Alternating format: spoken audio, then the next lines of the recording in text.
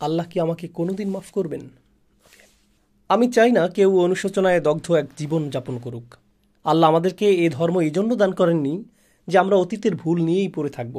কোরআনের অন্যতম একটা মহান লক্ষ্য হলো আল্লাহ বলেন, ইন্না ফি যালিকা লাযিকরা লিমান কানা লাহু কলবুন আও আলকাস সামআ ওয়া হুয়া শাহীদ। নিশ্চয়ই এতে উপদেশ রয়েছে তার জন্য যার রয়েছে অন্তর অথবা যে নিবিষ্ট চিত্তে শ্রবণ করে। তাই হৃদয় সম্পর্কিত যে কোনো বিষয় সবচেয়ে বিস্তীর্ণ উত্তর আপনার হৃদয়ের অনুভূতি কেমন হওয়া উচিত তা কোরআনে আছে।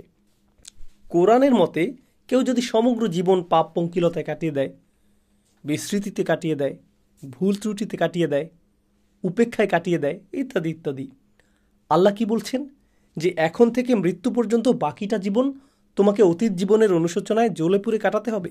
কোরআন কি কখনো এমনটা বলেছে?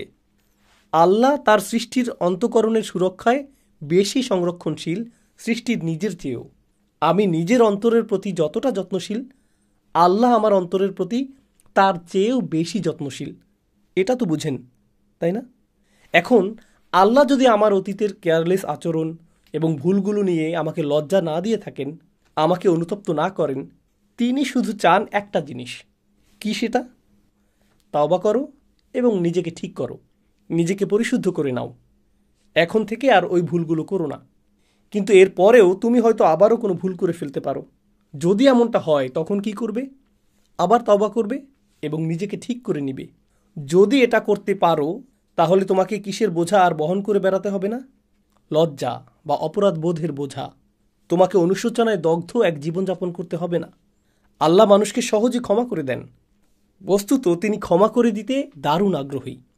কিন্তু মানুষ সম্পূর্ণরূপে ক্ষমা করতে পারে না বা আপনার কৃত অপরাধের কথা ভুলে যেতে পারে না। যদি আপনার মায়ের মনে কষ্ট দিয়ে থাকেন, তিনি আপনাকে জড়িয়ে ধরলেও কিছু একটা তার মনে কষ্ট দিয়ে যাবে। তিনি আসলে এই কষ্টের কিছু অংশ পুরোপুরি মুছে ফেলতে অক্ষম। কারণ আমরা মানুষ, আমাদের এই সামর্থ্য নেই। আমরা কি করি? আমরা মানুষকে ছোট করতে খুবই ভালোবাসি, সর্বদা মানুষকে হেয় করি, মানুষের মাঝে অপরাধ বোধ জাগিয়ে তুলতে পছন্দ করি। এরপর ইসলাম শেখার পরে কি করি? এখন অন্যের অন্তরে অপরাধ বোধ জাগিয়ে তুলতে আমরা ইসলামকে ব্যবহার করি। আমরা নিশ্চিত করতে চাই যে সে যেন কখনো নিজেকে নিয়ে ভালো অনুভব না করে, সব সময় যেন অনুতাপে জর্জরিত এক জীবনযাপন করে। আর কোরআন কি করে? তওবা করো এবং সামনের দিকে এগিয়ে যাও। আর মানুষ কি করে? না, আমি তোমাকে এগুতে দিতে পারি না, না না না, তুমি সামনে আগাতে পারবে না, যেখানে আছো সেখানেই পড়ে থাকো। ভাবতে পারেন, আমাদের সকল পাপের জন্য আল্লাহর কাছে মাফ চাইলাম, কিন্তু সে মাফ চাওয়াটা যদি যথেষ্ট না হতো তাহলে কি হতো? তাহলে তো কখনো আমরা সিজদা থেকে মাথা উঠাতে পারতাম না। তো আমরা কি আমাদের কৃত পাপের জন্য অনুতাপ অনুশোচনা ফিল করব না? অবশ্যই করব। আমরা কি আমাদের কৃত পাপের জন্য মাফ চাইব না? অবশ্যই মাফ চাইব। আস্তাগফিরুল্লাহ কি পড়ব না? অবশ্যই পড়ব। কিন্তু এরপর আমাদের সামনে এগিয়ে যাওয়া উচিত। আমাদের জীবনের অন্যান্য বাধ্যবাধকতাগুলো সম্পন্ন করা উচিত, অন্যান্য কাজকর্মগুলো সম্পন্ন করা উচিত, অন্যান্য দায় দায়িত্বগুলো পালন করা উচিত। জানেন, মুসা আলাইহিসসালাম ভুলক্রমে একজনকে হত্যা করে ফেলেন।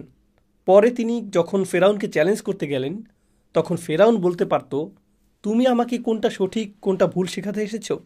তুমি জানো তুমি কি করেছ? কোন সাহসে তুমি মুখ খোলো? এক খুনি এখন আমাকে শেখাবে? ও, খুনি এখন নবী? সত্যি?